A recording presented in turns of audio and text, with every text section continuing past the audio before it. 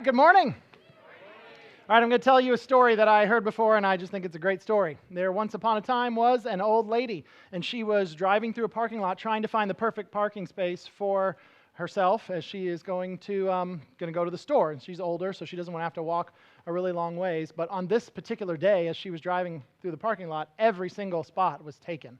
And so she's driving in and out, up and down, every single aisle, just trying to find a parking space. And then eventually she comes across an available space. In fact, it's not quite available yet. They have the guy just got in and the brake lights are on. You know how you do that? Right? And so she saw like, oh, that space is about to be empty. So she did what we all do in that moment, and she pointed her car like toward that space and put her blinker on in order to indicate to everybody in the parking lot, like, that's my space. I'm going to take that space as soon as he gets out of it. So she did, and she's waiting there for her turn, and the guy that's in the space pulls, backs out, and then goes into drive, and then drives off, and in the amount of time it takes for him to park out like that and go off, another car from the other direction sneaks in and takes the spot, right? It was very obvious. She was pointing to the spot, blinker on, and the person sneaks in, takes the spot away from her, and then the guy gets out of the car and kind of smiles over at her.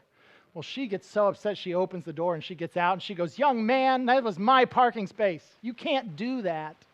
And he says, "Oh, yes, you can when you're young and fast," and then walks over to the store. Well, she gets back in her car, puts her car in reverse, backs it up a little bit, puts it in drive, and then just slams it into his.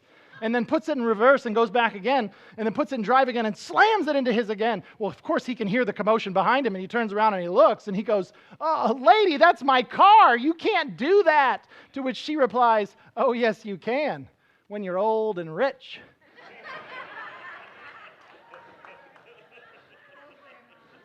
Now, I love that story. I think that's great. You can't help but root for the lady, even though that's, I'm sure, illegal. But one thing is, it brings up the topic of what we're talking about today. Okay, Proverbs part 20 of our series. Rich and poor is what we're going to be talking about today. And there are multiple Proverbs that actually talk about the advantages of wealth. And so we're going to continue on in our series talking about rich and poor. And when I looked it up this week, I'll just so you know, there are so many Proverbs on this topic. There are so many Proverbs on money, wealth, poverty, like all these like kind of related topics, is saving and giving, and there's so many Proverbs on the topic of money and riches and poverty. I identified, over 50 of them. I think maybe it was over 60 of them that I typed out onto a piece of paper when I was just trying to isolate the money Proverbs from all the rest of them and just read through just the Proverbs that are on money. So there are over 50 Proverbs that are on this topic, and I realized that there's no way to get to all of it in this one sermon. And so I'm probably going to do another sermon on this topic or on a similar topic next week. I haven't decided for sure yet, but probably we'll do a sermon on a similar topic next week. But for today will be an introduction to the topic, and we can start with some of the big concepts in the book of Proverbs, big concepts that come up multiple times. If you read through the book of Proverbs, there are a few things that you will notice that like the Proverbs just talk about them over and over and over again, and sometimes saying the same kind of thing over and over again. So we're going to look at some of the big concepts having to do with rich and poor in the book of Proverbs. And one of the things I want you to know that I noticed as I read through them this week was some of the money Proverbs almost seem to contradict some of the other money Proverbs at first glance. It's something that you might not notice if you just read through the book of Proverbs, because they're all mixed in with all the other ones. But if you just take just the Proverbs about money and read them all in one sitting all together, you notice that some of them seem to say something different, almost something opposite of what another proverb somewhere else in the book of Proverbs it says. And so I wanted to actually address that first, before we even jumped into what does this verse mean and what does that verse mean. I wanted us to first just talk about what do you do if you come across a proverb that seems to contradict or say something very different than another proverb. What do we do about that? Let me show it to you, okay? Proverbs chapter 10. You can turn there if you have a Bible. If not, it's going to come up on the screen. It will come up on the screen whether you have a Bible or not. Proverbs chapter 10, starting in verse 4. This, I think, is a very straightforward verse, so you should be able to interpret it just fine. Look at what it says. It says, "Idle hands make one poor, but diligent hands bring riches." Okay, and then the next proverb is the next one, which I'll get to in a second. But let's just start with the first one. "Idle hands make one poor, but diligent hands bring riches. Seems pretty straightforward. Idle hands means hands that aren't doing anything, right? It's a metaphor for laziness, right? People who aren't doing anything, people who are lazy, people who are not working. It makes you poor. But diligent hands, again, a metaphor, that means hard-working hands, hard-working people. What happens? It brings riches. Now, if that's all we had were just that proverb, even just from that little bit, we could probably figure out that it's bad to be lazy and be poor, and it's good to be working really hard and bringing riches in. But the next proverb, I think, really makes that clear. Because the one right after it says, the son who gathers during summer is prudent, and the son who sleeps during harvest is disgraceful. Well, who is the son who gathers during the summer? I think it's the same thing as the diligent hands that bring riches. It's the same thing, right? And in this passage, it doesn't just say that the guy gets rich, right? The first passage you could imagine, like, well, maybe it's good to be poor, maybe it's not good to be rich. But the next passage says, no, the son who gathers during summer is it's not just that he gets riches for his hard work, it's prudent, it's wise. And then the son who sleeps during harvest, well, what's that? That's the equivalent of idle hands. Okay? The son with the idle hands, the one who's sleeping during his harvest is what? He's not just poor, it's disgraceful. So then you go, okay, I think I understand Proverbs' position on this. Proverbs chapter 10 teaches that we should not be lazy and be poor and be disgraceful, but rather we should work hard, right? And be wise, and the way that we are wise is by working hard and gathering during the summer and bringing in riches. So Proverbs chapter 10, work hard, get riches. Then you get to Proverbs 23, and it says, this is verse 4 of Proverbs 23, don't wear yourself out to get rich. What? I could have swore I was just supposed to be working hard to get rich, like it said it. And now it says, don't wear yourself out to get rich. Stop giving your attention to it. As soon as your eyes fly to it, it disappears, for it makes wings for itself and flies like an eagle to the sky.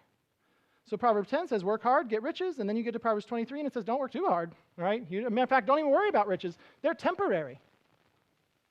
Okay.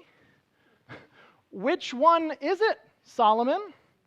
And so that's what I want to address first. I think that big idea that I'm now presenting to you is the first thing we should tackle. Because if we don't get that, if we don't understand what do I do when I've got a proverb that says one thing over here and it seems to say something very different over here, if we don't handle that, if we don't understand what to do about that, I think we could make a mess of the book of Proverbs. So, what do we do? Here's what I'm going to do. First thing I'm going to do is I'm going to remind you of something that I've already said throughout the series, I think multiple times. But I need to say again, because there are new people coming here all the time, and we're glad. Hey, welcome new people. I'm glad you're here. But I realize because of that, there are certain things I just said 8, 9, 10 weeks ago that I'm going to have to say again. So let me remind you of this. The book of Proverbs was well named, okay? The book of Proverbs is a list of proverbs. It is not a list of promises. It is not a list of laws. It is not a list of scientific facts. It is not a list of commands. These are lists of these little truths, usually one sentence or two sentences, and they teach you the way the world works. Okay? They're little bits of truth that teach us how the world ordinarily works. It does not mean that there are never, ever any exceptions, or that every single proverb is always supposed to be applied to every single situation all the time, no matter what. You can read Proverbs and start to see that there are exceptions. Look at Proverbs chapter 10, verses 4 and 5 again, if we put it up on the screen. Okay, we can say, idle hands make one poor, but diligent hands brings riches. Is that true? Yes, it is true. Are there ever exceptions? Yes. There are times when people have diligent hands and they work really hard, and then something happens, like a famine comes, and they don't have riches, even though they worked really hard. That happens. Idle hands make one poor. Is that true? Yeah, it's true. But you could say, well, but wait, my cousin knows a guy who was super lazy and he won the lottery. Doesn't that happen, Mario? Yes, it does. It does happen. That doesn't change the fact that when you observe this world, what is ordinarily true is idle hands make one poor and diligent hand brings riches. That is, if you work really hard, there is usually something to show for it. If you don't, then there's nothing to show for it because there was no it. That's what's normally true. Okay, so we need to understand that when we look at Proverbs, we need to understand that they were for certain situations, not every single possible situation. Okay, they are generally true because they're about the way the world ordinarily works. Or maybe a better way to say it would even be this, that the Proverbs are absolutely true for the situations they were written for. Okay, It's not like, well, they're kind of true. No, they're absolutely true for the situations that they were written for. So let's just say there's a guy in Ocala, modern day time. He's living here, and he is living his life where pretty much all day, every day, he watches YouTube videos and plays video games. He can hardly ever hold down a job. He gets fired from his jobs for not working hard, or sometimes he quits because that was like all day working. And so he just is home a lot. And he's playing video games, and he's watching YouTube videos, and I mean, in the video games, the characters are progressing quite well. I mean, it's going well. There's like a lot of stuff going on. He's building up the characters very well. And meanwhile, his family is falling apart. He's not working. He's not bringing any money in. He's just playing around all the time, maybe occasionally stops playing video games to fish on the weekends. And his wife is trying to hold down a part-time job, and she's trying to keep things working, but it's not working, and they're about to get kicked out of their apartment. And their car is about to be repossessed, and his wife and his children, like they are suffering as he works on getting up to the next level. And you know what that guy needs to hear? He needs to hear, idle hands make one poor, but diligent hands bring riches. The son who gathers during summer is prudent. The son who sleeps during harvest is disgraceful. And then you can imagine another guy, completely different guy, also living in Ocala. And he works so hard. He works so hard that there are people who say, like, you should stop working so hard. And he goes, no, I got it. And he already his diligent hands have brought about lots of riches. He already has like $2 or $3 million, but he needs more dollars, at least in his mind. And so he keeps working, and he's working very hard, but to the detriment of his marriage, to the detriment of his family, his kids, and his relationship with his kids are in tatters. He's working to the detriment of his spiritual life. He's working to the detriment of his physical health because he doesn't ever rest because there's more money to be made and more stuff to get done. You know what that guy needs to hear? That guy needs to hear, don't wear yourself out to get rich. Stop giving your attention to it. As soon as your eyes fly to it, it disappears, for it makes wings for itself and flies like an eagle to the sky. You're pouring your whole life into something that's way more temporary than you realize. And there'll come a day when you have something like incurable cancer and you realize you only have a few months to live, and you'll be thinking back on your life, and there's no way you're going to be thinking about different decisions you could have made to make more dollars. You won't be thinking that then. You'll be thinking about non-financial stuff then. And so Proverbs is absolutely true for the situations it was written for. And I wanted to start off with that. Because we're going to come across Proverbs that say one thing, and then come across some Proverbs that say another thing. Well, what do we do with that? Right? In fact, I'm going to read you some Proverbs today, and for some of you, depending on your perspective and stuff, I think that some of the Proverbs I read today are going to sound a little Fox Newsy to some of you.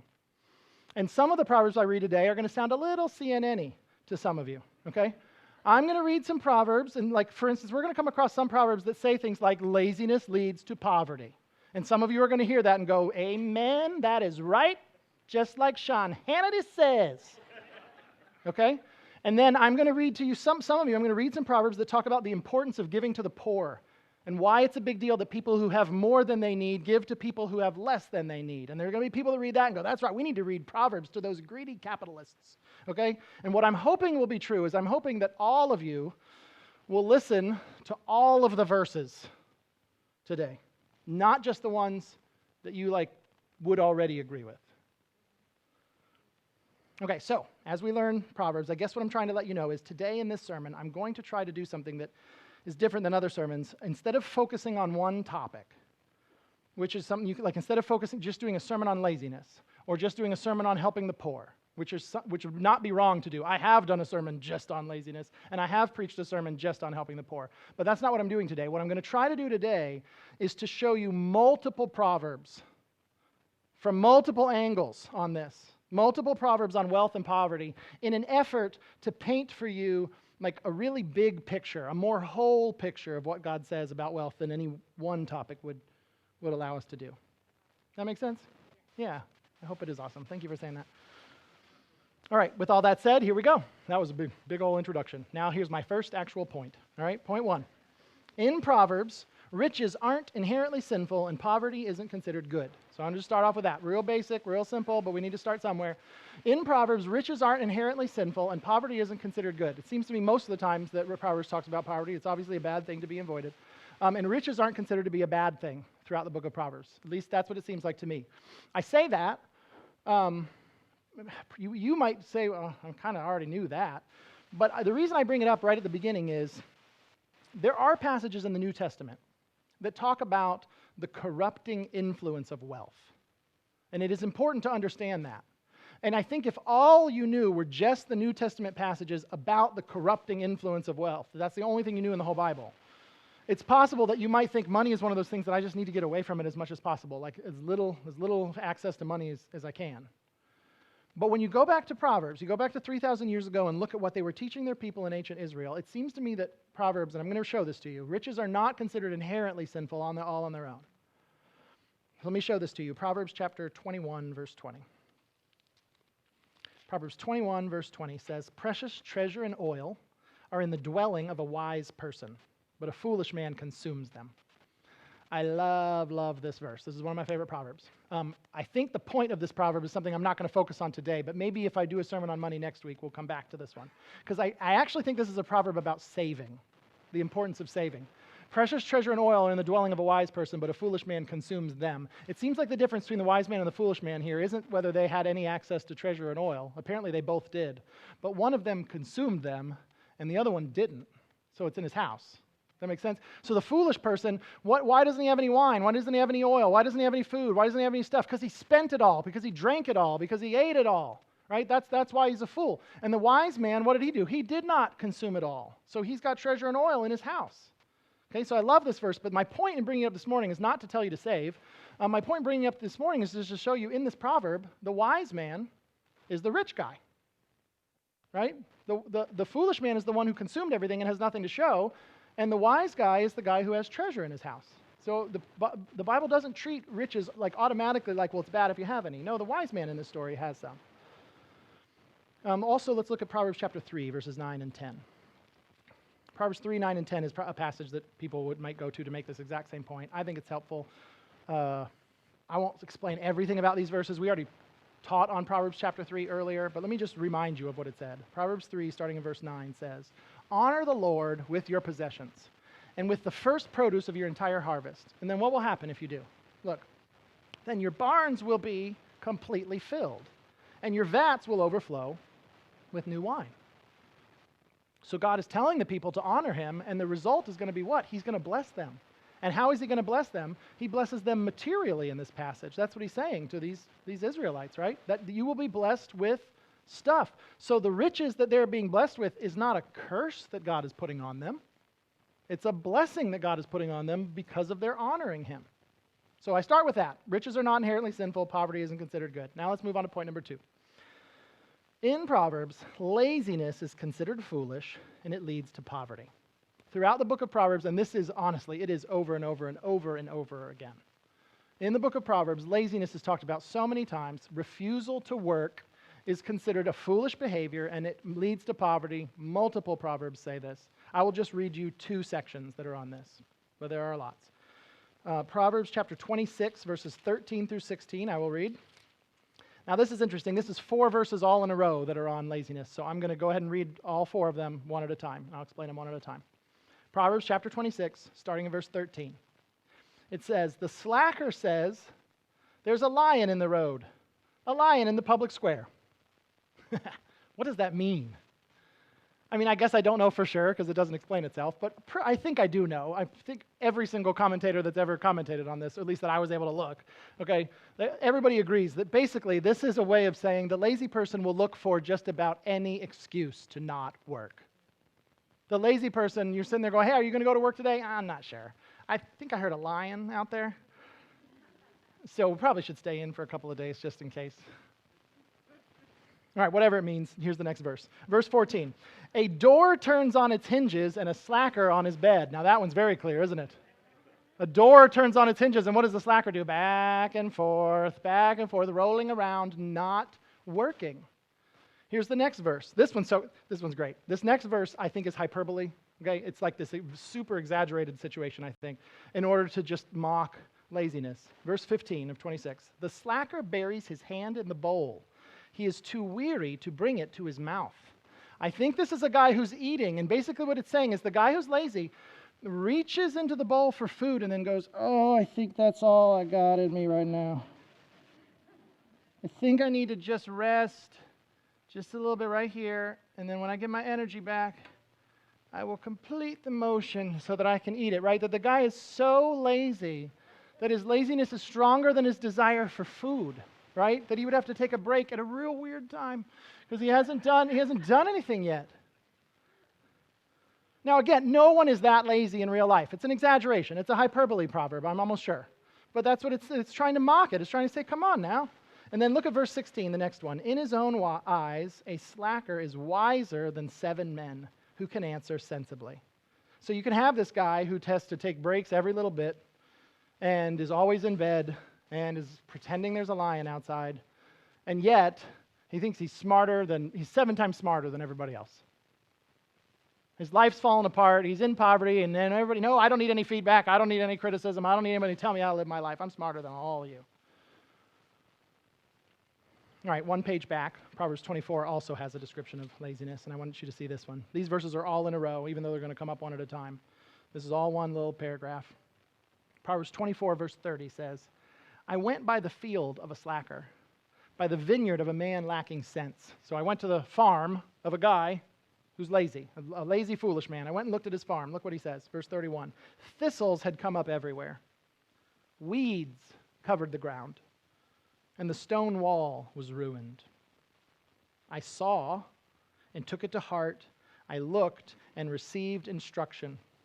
A little sleep, a little slumber, a little folding of the arms to rest, and your poverty will come like a robber, your need like a bandit. What's he saying here? He's saying, I went over to this lazy guy's farm, and I inspected it. I looked over at it, and I noticed he hadn't been out in a while. He hadn't done any work in a long time. There were thorns and thistles growing up. There were plants that there's no food that's going to come from this farm. There was things that were all overgrown. There were weeds shooting everywhere, and the wall that's supposed to protect it had been broken down, and you could tell it had been broken down for a while and needed to get fixed, and nobody bothered fixing it. And he said, and when I saw that image in my mind, like when I looked at it, it taught me a lesson. What lesson did it teach the guy? The lesson was, if I keep taking naps, if I keep taking breaks, if I keep sleeping in, if I keep saying, put it off a little bit later, I'll do it later, I don't want to work today. If I keep doing that, I'm going to be in the same situation. My life will be in ruins. Now that's important stuff. And if we stopped right here in this sermon, first of all, it wouldn't be wrong. I think everything I've told you so far is true. And yet, if we stopped right here and we only learned those concepts and we only learned those proverbs, I think we would have to admit we only would have part of the painting on the canvas. There's more to it than that. See, if all we knew were just these proverbs, we might think that it's always good to be rich. Like no matter what the other circumstances, like rich is always good to be. And it's always bad to be poor. And if someone's poor, there's something wrong with them. And poor people just need to work harder. And our only responsibility to poor people is just to tell them to work harder. We could even maybe think that what these passages mean is that anybody who is rich is obviously wise and godly, like walking in God's wisdom. Why would we think that? Well, because it's the wise man that has precious treasure and oil in his house. And it's the result of honoring the Lord that causes the vats to overflow and the barns to be filled, right? And diligent hands bring riches. And so we might think that anyone who is rich must be wise and in God's path of wisdom, and yet some of you are smart enough to know that can't be right. I mean, can that be right? No. So we need more points, don't we? We need more points. Okay, we need to add more paint to the canvas to finish up the painting. So let's look at some more Proverbs. I think some of these will give us some balance. Look at Proverbs chapter 16, verse 8. This one's interesting. Proverbs chapter 16, verse 8. It says, better a little with righteousness than great income with injustice. Oh, well that does bring some balance, right? So this verse is saying apparently you can have great income because of some sort of injustice, not because you honored the Lord, not because of your diligent hands and your wise fear of the Lord. No. Great income can be with injustice, and apparently you can be someone who is righteous and only has a little. That's good to know. Let's look at verse 28, chapter 28, verse 6. Very similar proverb. Proverbs 28:6 says, "Better a poor man who lives with integrity than a rich man who distorts right and wrong." Okay. So I can be a rich man, and that does not mean I have integrity. Not automatically. I could be someone who's distorting right and wrong. And apparently I can be someone with integrity and be poor. Wait, if you have integrity, aren't you automatically rich? Apparently not, because it'd be better to have integrity and be poor. Makes me think that's a possibility, that you could have integrity and be poor rather than be the rich man who distorts right and wrong. And then Proverbs 15, verse 16. And it says, "Better a little with the fear of the Lord than great treasure with turmoil." So, is it good to have treasure? Well, in the sense of diligent hands bring treasure, and the wise man has treasure and oil in his house. But there's some other way to get treasure too. There's a way to have treasure with great turmoil. And in fact, you can actually have the fear of the Lord. You can have great treasure with no fear of the Lord. But there can be people who actually fear the Lord, and we talked about this already in this series. Fear of the Lord is kind of the equivalent of like worshiping the true God of the Bible. And apparently you can worship the true God of the Bible and have just a little. So being rich is obviously not the most important thing in the book of Proverbs. And in fact, and this is point 3 now, Proverbs assumes you can be poor and on the right path, and you can be rich and on the wrong path.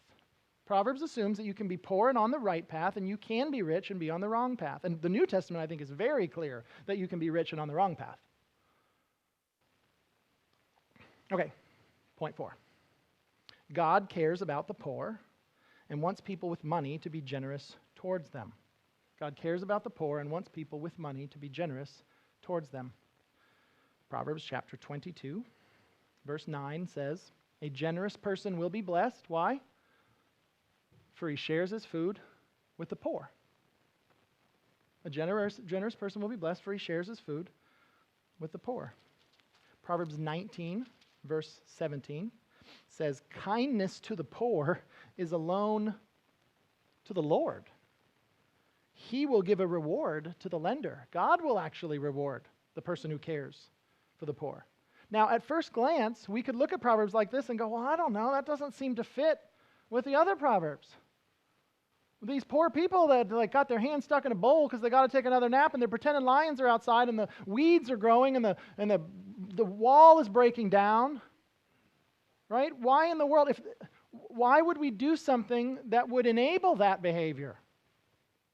Right? If the poor are poor because they are foolishly and sinfully refusing to work, then why should we enable them? Right? That's a good question. It seems that Proverbs does not think that laziness is the only cause of poverty. This is very important to get. Okay? Just because laziness causes poverty, that does not mean all poverty stems from laziness. This is real basic logic. Like, you need Logic 101. You got to remember this, okay? All Honda Civics are cars, but not all cars are Honda Civics. You following? You can't just take a sentence with 2 nouns in it and just switch and go, it's still true, okay? So laziness causes poverty. That does not mean all poverty stems from laziness. Now, hopefully you know this, but let me just show you an example in the Bible. This is a real obvious example that after I read it, you're going to go, oh yeah, of course that's true. Okay, you're all going to agree with me after this. Fantastic. So, Hebrews chapter 10, starting in verse 32. The writer of Hebrews is writing to these Christians. This is during the first century. This is during the time period of the Roman Empire. And I think, as best as I can understand, this is a time of persecution, that the Romans are persecuting people for being Christians. And so this is what he says in that context. Hebrews 10, verse 32. He says, "Remember the earlier days when after you had been enlightened," and I think enlightened is referring to like you came to know Jesus, like after you became a Christian and you understood like the gospel. "Remember the early days when after you'd been enlightened," now look what happened, "you endured a hard struggle with sufferings. Sometimes you were publicly exposed to taunts and afflictions. At other times, you were companions of those who were treated that way. For you sympathized with the prisoners perhaps with people who were thrown in prison for believing in Jesus and preaching about him. You sympathized with the prisoners and accepted with joy now this is the part I want you to notice. What does it say? You accepted with joy the confiscation of your, what? Your possessions, knowing that you yourselves have a better and enduring possession. I think the writer of Hebrew was saying, hey, remember when you first became Christians and it was so rough? Remember when you first became a Christian and then people started making fun of you? People started hitting you and people started saying mean things to you. Sometimes they said mean things and they were taunting the people that you were with. Remember how there were people being thrown in jail over this?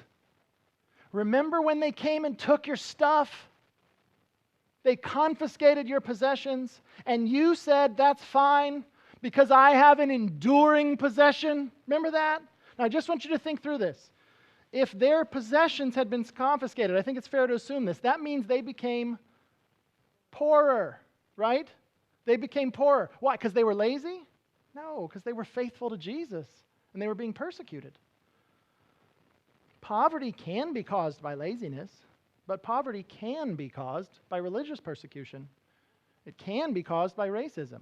It can be caused by sexism. It can be caused by injustice or government corruption or famine or betrayal or theft or death of a loved one, particularly a loved one who was the financial provider in the family.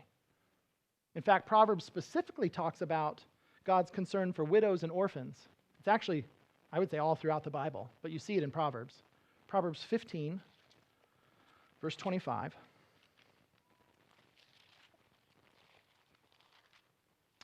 Says this.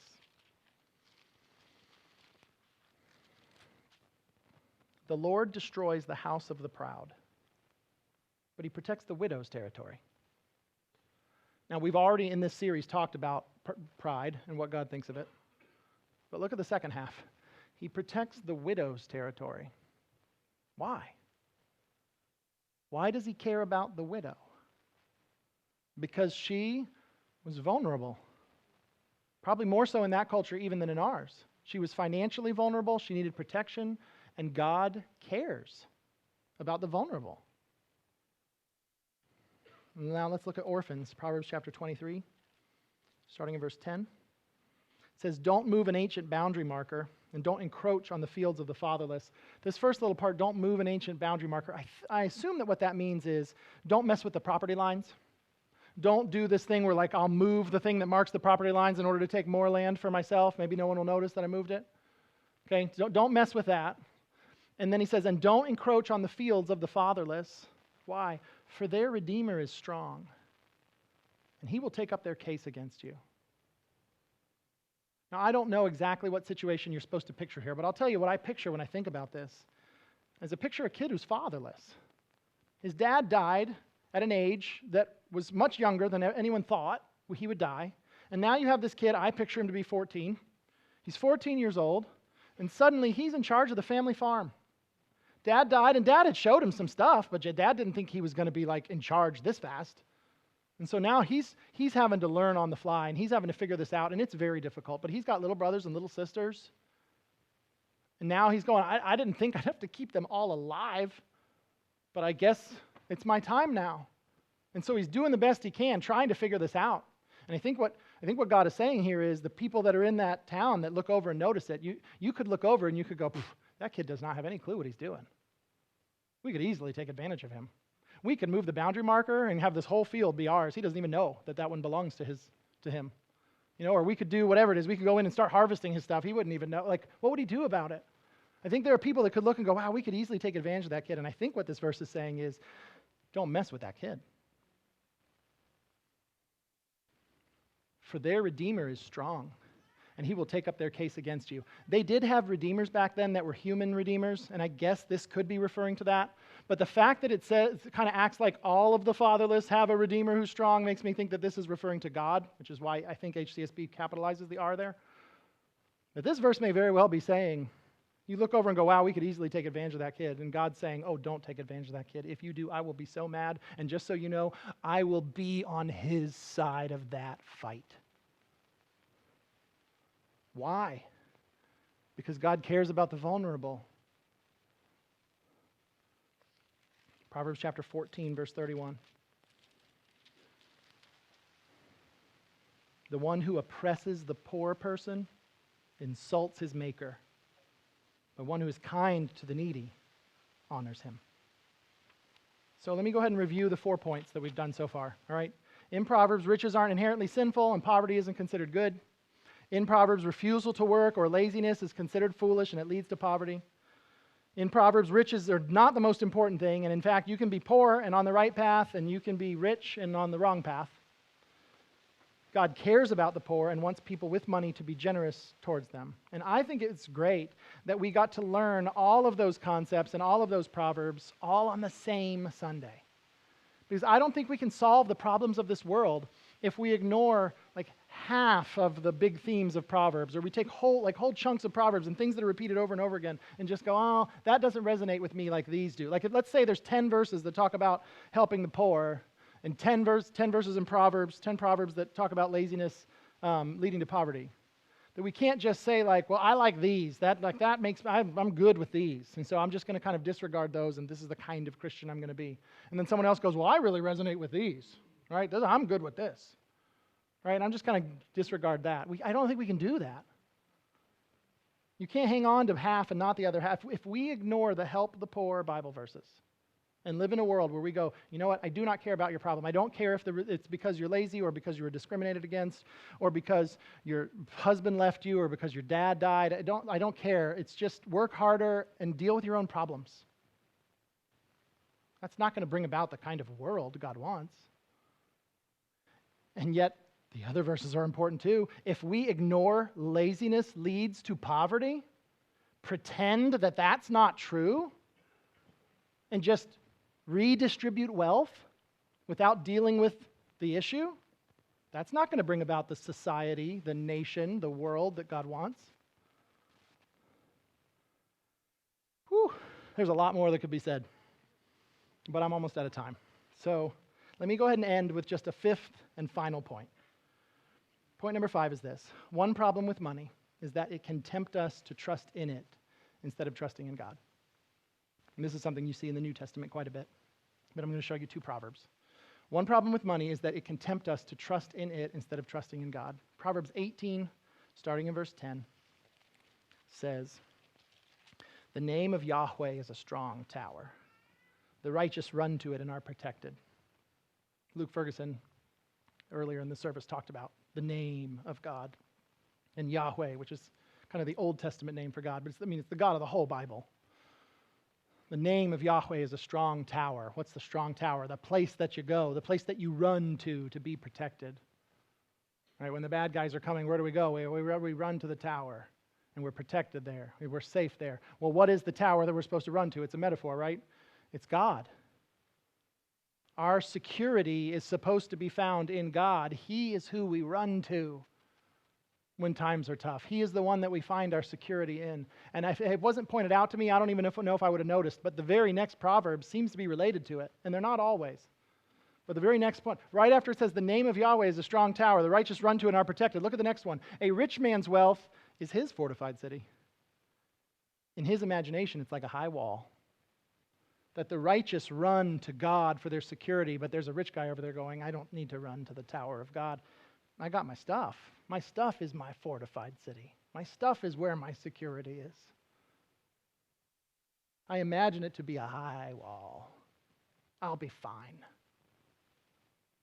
It's not the right way to go. In fact, I'll end with this one. This is the final proverb. Proverbs 11, verse 4. Says, "Wealth is not profitable on a day of wrath, but righteousness rescues from death."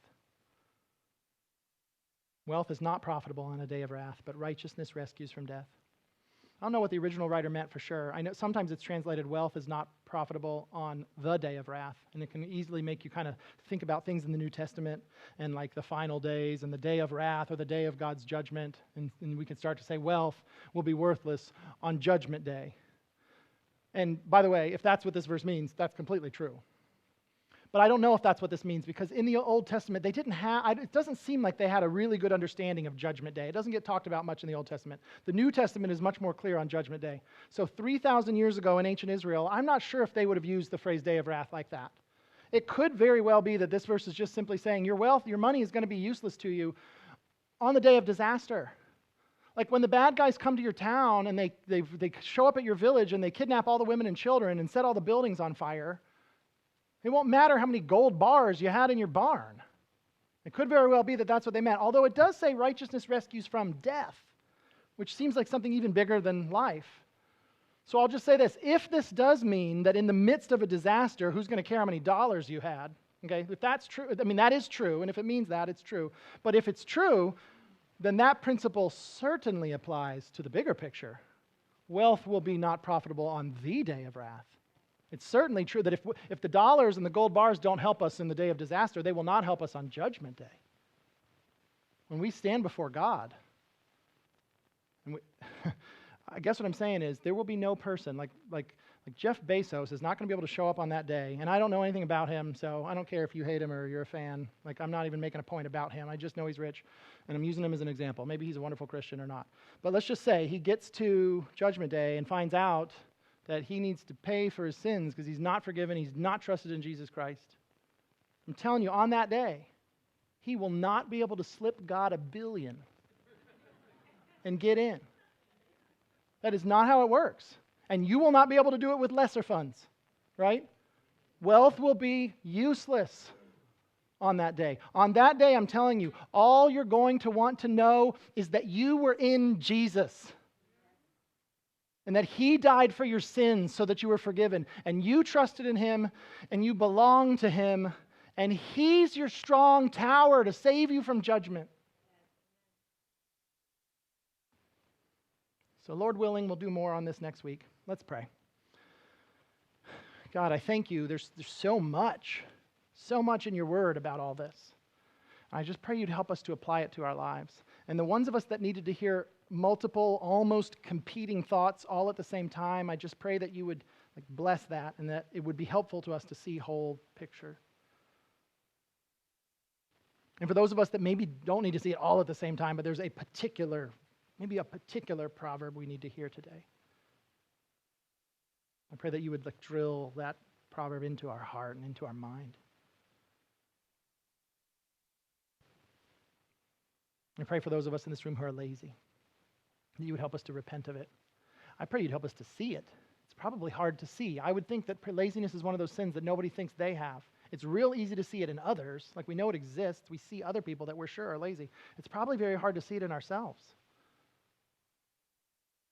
Maybe there are some people in this room who would say, I'm not lazy. I go to work every day. But maybe we put in 50% effort every day. So we don't think we're lazy, but we do not do our work as unto the Lord. And so I pray you'd help us to do that we would work for you. I pray for those of us who are running hard after wealth, that you would remind us it sprouts wings and flies away one day. And you would help us to not run after wealth to the detriment of all of the things you say are more important than that. First and foremost being you. We pray you'd help us not to overwork and overvalue money. Help us not to be caught up in the deceitfulness of wealth. It is so tricky, and that's probably another one that's really hard to see in ourselves, even if we can sometimes see it in others. It's hard to see how wealth has corrupted us, maybe especially in a nation that is so wealthy, that we maybe look around and go, I don't think I'm corrupted, I'm like everybody else. Maybe we all are. So I just pray you'd help us to turn from the wrong kind of pursuit of wealth. I pray you'd help us to not have false shame, to be worried, oh, I own things, should I feel bad? I pray that you'd help us as we learn Proverbs to know it's not sinful to have things. I pray you'd help us to work hard. I pray you'd help us to not judge people based on their wealth, that we would not look up to someone because they're rich, or look down on someone because they're rich, or look down on someone because they're poor, or look up to someone because they're poor. But that we would realize that's not the thing by which we evaluate what matters.